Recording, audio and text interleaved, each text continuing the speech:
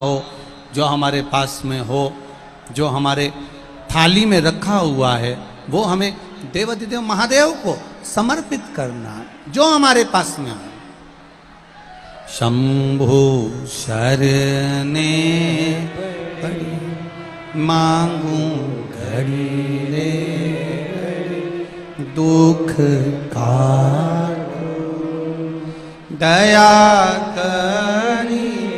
दर्शन शिव महापुराण की कथा कर रही है। पास वाली थाली में कोई वस्तु रखी, आप पीपल के वृक्ष की पूजन करने गए हो, आप तुलसी के पौधे की पूजन करने के लिए गए हो, आप बट वृक्ष की पूजन करने के लिए गए हो, आप आंवले की पूजन करने के लिए गए हो, या आप कोई भी पूजन करने के लिए गए हो, बाजू वाले की थाली में बहुत सारी सामग्री और आपकी थाली में कम है। शिव महापुराण की कथा कहती है आपकी थाली में जो रखा हुआ है, आपके पास में जो रखा हुआ है, आप उसको दिल से बाबा को समर्पित करो, आप उसको दिल से भगवान को समर्पित करो, आप उसको दिल से परमात्मा को दीजिए, दिल से भगवान को दीजिए।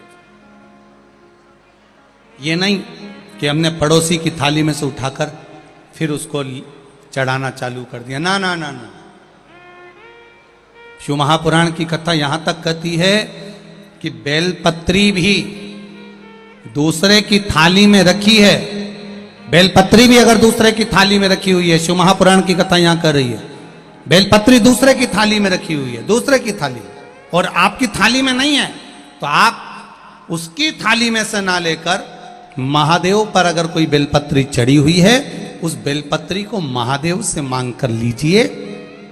धोइए और वापिस महादेव को चढ़ा दीजिए। वो बेलपत्र शंकर जी को शिव से लेकर चढ़ा दो, पर दूसरे की थाली में से उठाकर नहीं, दूसरे की थाली में से उठाकर नहीं, आप